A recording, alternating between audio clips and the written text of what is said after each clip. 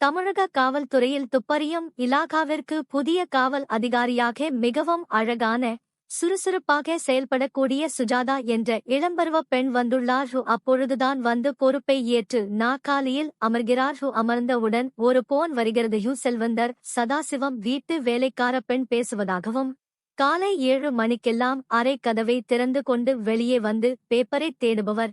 இப்பொழுது 11 மணியாகியும் அவருடைய அறைக்கதவு திறக்கவில்லை.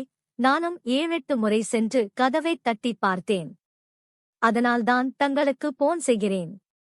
தயவு செய்து உடனே வந்து பாருங்கள் என்று நிறுத்தாமல் அழுது கொண்டே கூறியவரிடம் விலாசத்தை வாங்கிக் கொண்டு சில காவலர்களுடன் அந்த பெண் கொடுத்த விலாசத்திற்கு கிளம்பிச் சென்றார். அந்த அழகான சிறிய மாளிகையை சுற்றிலும் மக்கள் கூட்டமாக கூடியிருந்தார்கள். அந்த மாளிகைதான் அந்த பெண் குறிப்பிட்ட இடம் போலும். வேனை ஒதுக்கி நிறுத்திவிட்டு வேனை விட்டு இறங்கி மக்கள் கூட்டத்தை விலக்கிக் கொண்டே மாளிகைக்குள் நுழைந்தனர் காவலர்களுடன் சுஜாதாவும்.